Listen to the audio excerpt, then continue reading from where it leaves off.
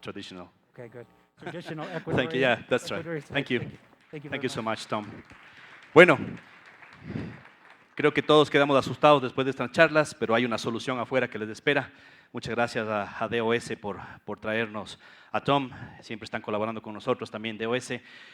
Quisiera hacerles la última presentación de un banco y como mis jefes están aquí, en su gran mayoría, quisiera decirles que les juro que es la última vez que presento y me voy a trabajar. Sí, así que no se preocupen. Pero quisiera presentar al último banco de la Asociación de Bancos también, que va a presentar y es un tema tremendamente interesante. Es el banco ProCredit, que se llama a sí mismo y tiene el lujo en realidad de llamarse un banco ya 99% digital. Y efectivamente, Pablo Kroger, que es vicepresidente de Recursos Humanos del ProCredit, nos va a presentar este tema. Pablo, por favor, bienvenido. La presentación de Pablo va a ser sobre el tema de la ética y la inteligencia artificial, tema tremendamente importante. Solo les pido que se acuerden del gordito cuando presente Pablo. Sí, ya van a entender de qué se trata. ¿Escucha? Ah, ya. Buenos días, muchas gracias por estar y muchas gracias por su tiempo. El tiempo es valioso. Ya, ética es filosofía práctica, por lo tanto vamos a hablar de casos. El primer caso es el caso de Google. La principal fuente de ingresos de Google es la empresa Google Ads. Lo que hace Google Ads es ofrecer servicios de publicidad patrocinada. Ustedes lo deben conocer. Cada vez que buscan algo en Google, les aparecen resultados de Google Maps, empresas, Wikipedia, pero al inicio siempre les aparecen estos anuncios.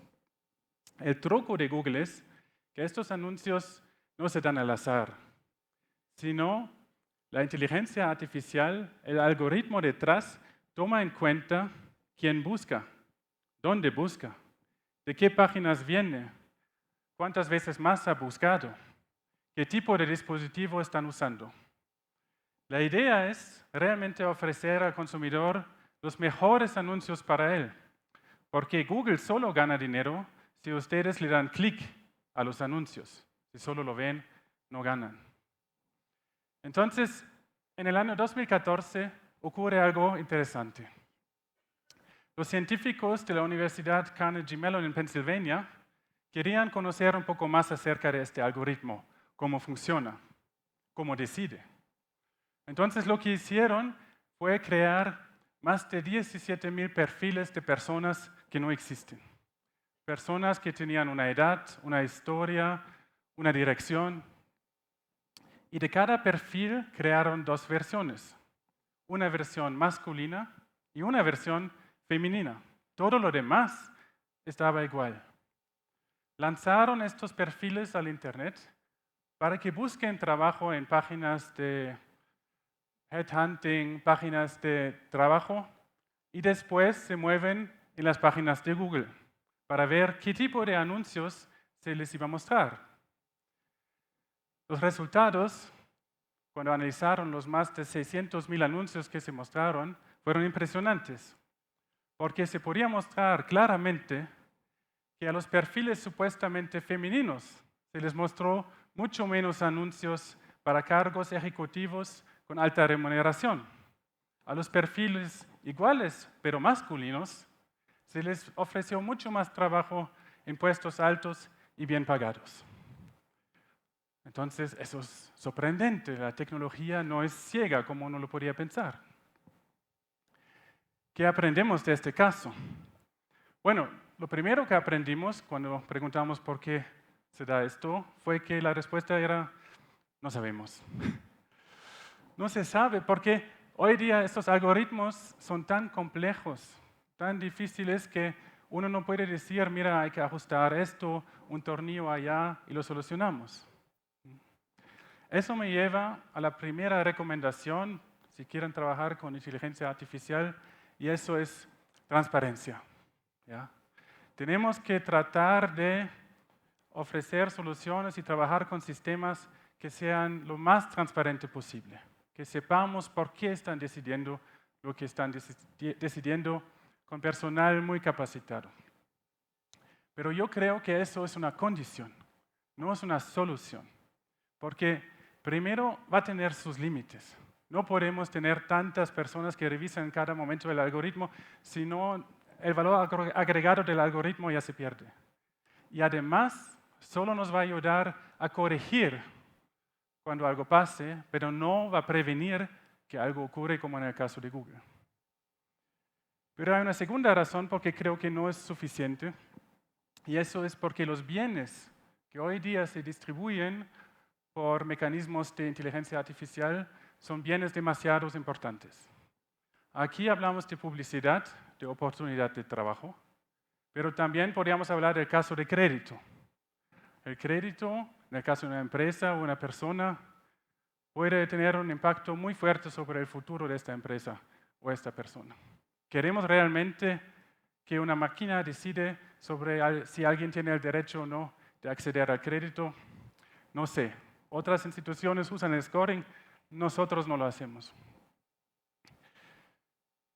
También hay otros casos, por ejemplo, la policía que usa sistemas de inteligencia artificial para predecir si una persona va a incurrir en un crimen o no con cierta probabilidad y tomar medidas. Es decir, los bienes y las oportunidades que estamos distribuyendo con la inteligencia artificial son muy importantes.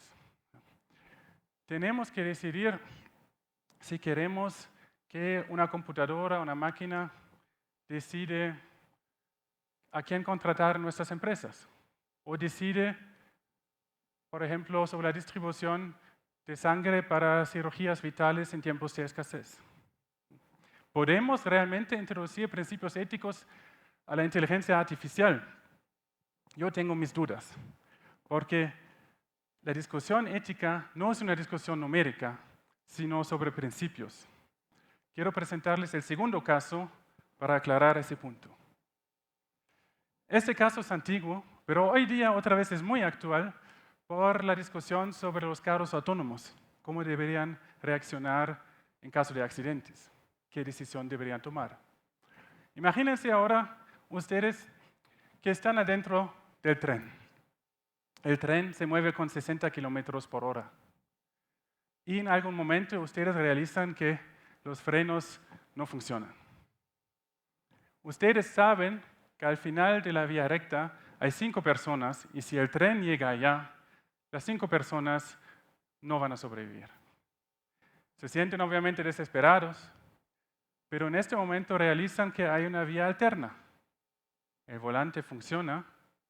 Podrían tomar la decisión de cambiar la ruta del tren a la vía lateral, matando a 1, pero salvando a 5. Ahora, sin discutirlo, ¿quién cambia de vía aquí? ¿Quién mueve el volante para matar al 1 y salvar los 5? 1, 2, 3, 4, 5. Sí. Hicimos estudios a nivel internacional. Normalmente la mayoría cambia. No es bonito hacerlo, lo tengo claro también, ¿no? Pero nos parece que al final es mejor porque menos impacto, menos sufrimiento. Ahora vamos a ver un ejemplo un poquito diferente a esto. Esta vez, imagínense que no están en el tren. El tren otra vez sigue allá sin los frenos, 5 personas, pero ustedes no están en el tren, sino en el puente. Y frente a ustedes hay una persona un poco más gorda. Y ustedes saben, bueno, está inclinado allá y solo empujando un poquito. Se va a caer la persona como si es un gordito. Va a frenar el tren y salvar a los 5. Ahora pregúntense a ustedes mismos, ¿quién empuja al gordito? Ya, mucho menos. ¿Por qué es eso? Numéricamente es igual. 5 contra 1. Este caso lo hemos analizado más de 70 años, un caso de los años 50. Y la razón no está en los hechos del escenario, porque los hechos son muy, muy parecidos. La razón es que, como se cuenta el caso, nos acordamos de 2 principios diferentes éticos que normalmente tratamos de respetar. El primer principio es el principio consecuencialista. En el primer caso, nosotros queremos enfocarnos en las consecuencias del acto y minimizar el impacto, el sufrimiento. En el segundo caso, por cómo está contado, nos acordamos que una persona no es una cosa. Una persona tiene dignidad y no se debe usar como un freno para un tren. Ahora, podemos introducir este tipo de razonamiento a la inteligencia artificial. Allá tengo mis dudas porque lo que hace la inteligencia artificial no es tomar decisiones, sino imitar la manera como nosotros tomamos decisiones. Estos casos, esos principios detrás se han discutido por cientos de años. Pero que no haya respuesta inmediata no significa que sean irrelevantes, sino que se siguen discutiendo significa la importancia de la discusión ética. Y eso yo creo que no lo podemos trasladar a la inteligencia artificial. Yo tengo otra propuesta. Tenemos que integrar la inteligencia artificial en la cultura corporativa que nosotros queremos. ¿Ya? Es una ilusión pensar que la tecnología y los sistemas de inteligencia artificial son algo ajeno a nuestras empresas. Se van a comportar y van a tomar decisiones como nosotros lo hacemos. Por lo tanto, yo no creo que sea por coincidencia que la distribución entre hombres y mujeres en la empresa de Google sea la siguiente. En la empresa de Google, por ejemplo, en las posiciones de liderazgo, solo 26% son mujeres. Es la misma empresa que produce el algoritmo que vimos en el primer caso. Yo creo que no se puede separar el comportamiento de la tecnología y la inteligencia artificial de la cultura corporativa que tenemos. Ahora, para terminar, quiero presentarles otra empresa que se apoya fuertemente en la tecnología y la inteligencia artificial, pero al mismo tiempo tiene un enfoque muy fuerte en el personal y la cultura corporativa. Último caso. Nosotros, Banco ProCredit, somos un banco enfocado a pymes, enfocado al desarrollo de las empresas y un banco digital. Se puede ver, como lo dijo Julio también, 99% de nuestras transferencias, por ejemplo, se realizan por canales electrónicos. Nosotros promocionamos el uso del e-banking, el uso de las aplicaciones por el ahorro del tiempo, pero al mismo tiempo pensamos que hay cosas en el negocio que no queremos que lo decida una máquina, el asesoramiento. Por eso, aparte de la fuerte inversión en la tecnología, invertimos fuertemente en nuestro personal.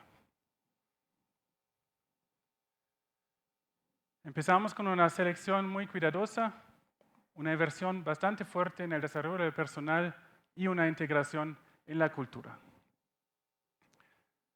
Buscamos en todo el país personas que han estudiado cualquier carrera.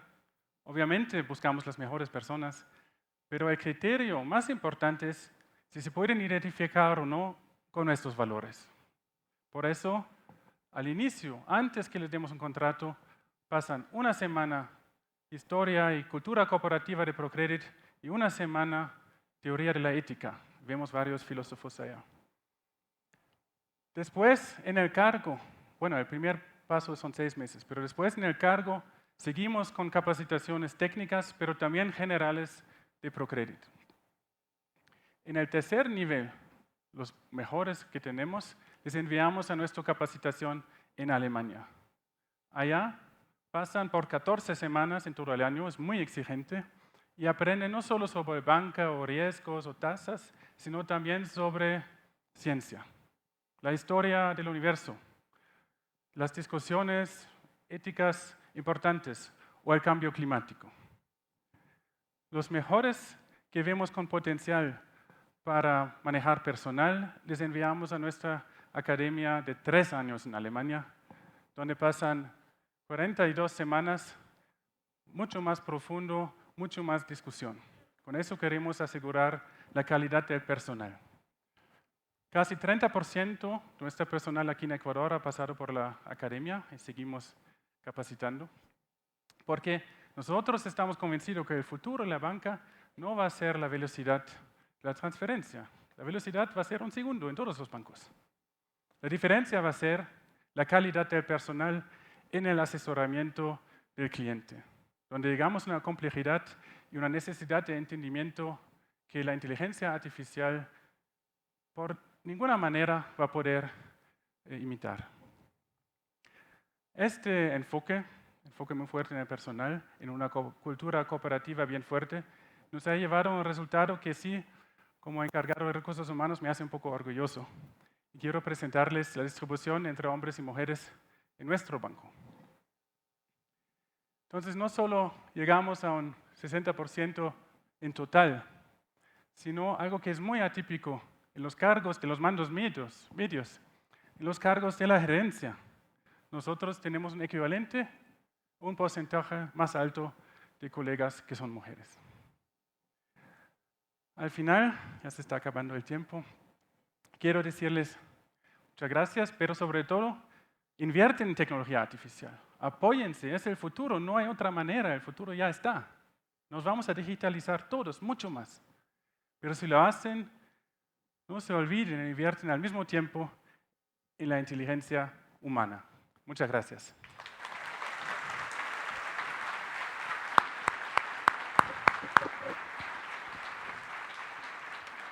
Gracias. Pablo, muchas gracias por tu presentación y quedé también impactado, porque siempre cuando subimos acá y hablamos de innovación, ¿quiénes son los que se suben? Las gerencias de transformación, las gerencias de diseño, marketing, innovación, y aquí estamos viviendo, vamos más al centro, nos están viendo en Europa, también en Alemania, tu familia te estaba mandando saludos. Ah, qué bien. Hola, mamá. Estamos viviendo la innovación, está por allá está Alemania. Allá. La innovación se está viviendo también desde recursos humanos. Y cuando estábamos hablando al principio, cuando me estaba ahogando y casi me da un infarto, estábamos hablando de que siempre estamos hablando de transformación digital, pero no hablamos de la transformación digital, que yo creo que es cultural, perdón, que es el primer paso que tenemos que dar para empezar a afrontar estos nuevos desafíos. Así que felicitaciones a ProCredit. Gracias, Pablo, por estar con nosotros. La foto, no te vayas, no te vayas. Muchas gracias.